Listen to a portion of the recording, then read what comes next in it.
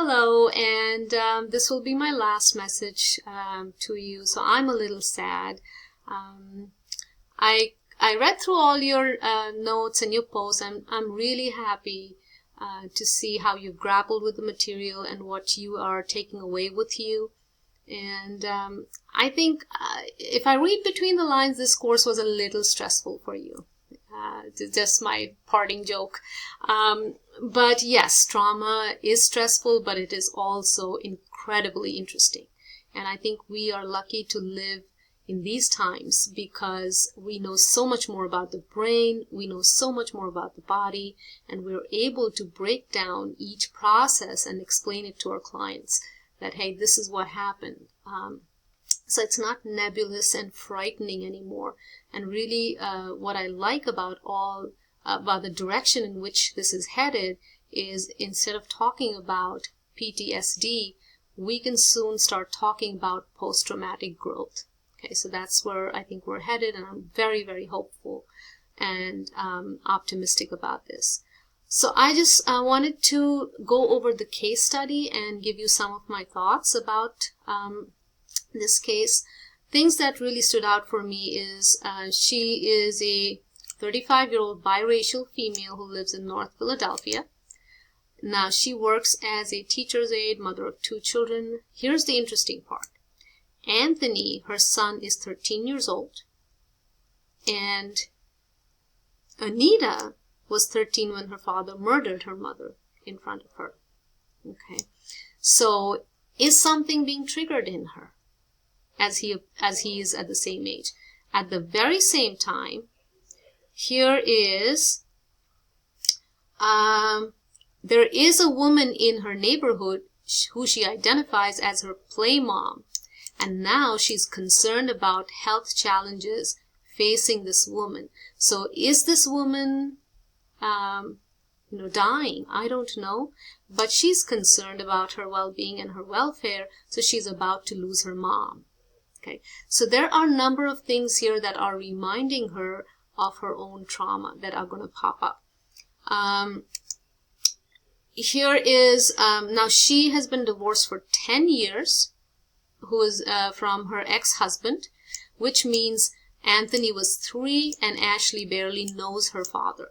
So what I see here are some significant control issues on Anita's part.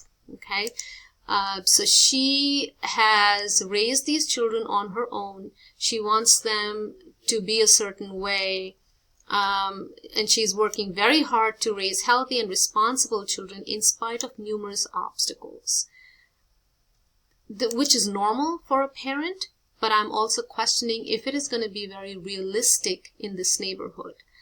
She can raise healthy children, absolutely, but she cannot control every aspect of their lives, which is what she's trying to do. And here is the clue, which I think tells us that she is more controlling. He's becoming increasingly defiant in her words. Now, is he defiant, or is he just being a 13-year-old? He's also acting out in school. His grades are starting to fail.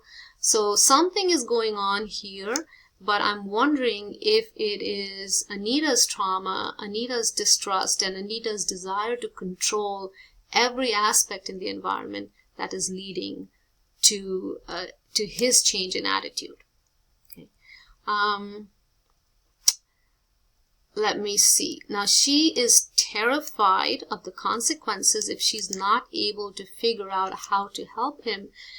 And I think part of the terror is her own terror, her own helplessness at watching her father kill her mother. There was nothing she could do at that time, and she was very helpless. And part of that is resurfacing now, and she probably does not know where it is coming from, and she's kind of not connected the dots.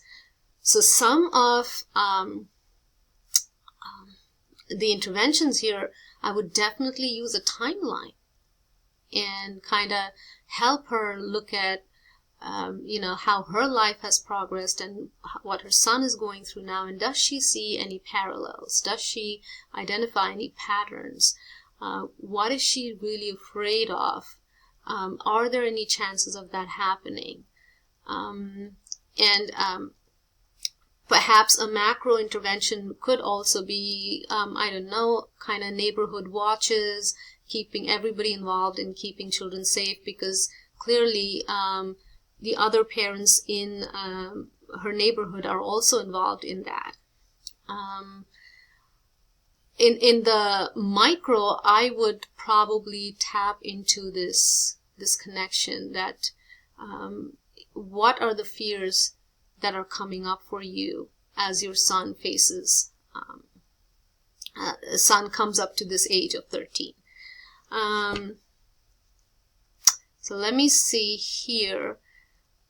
So there were years of abuse towards her mom, her brother, and herself. So again, the family that she had is reflected in the family that she has right now. There's a daughter, there's a son, there's a mother, and there's an absent father. Okay, similar to here. So those are just some of my thoughts, and I wanted to leave you with that. And if you have, I know you're tired of writing and tired of going with the material. So if you wish, you can post any comments. If you don't, it's fine. There's no grading for it. But thank you again for your participation. Thank you for really engaging with the material.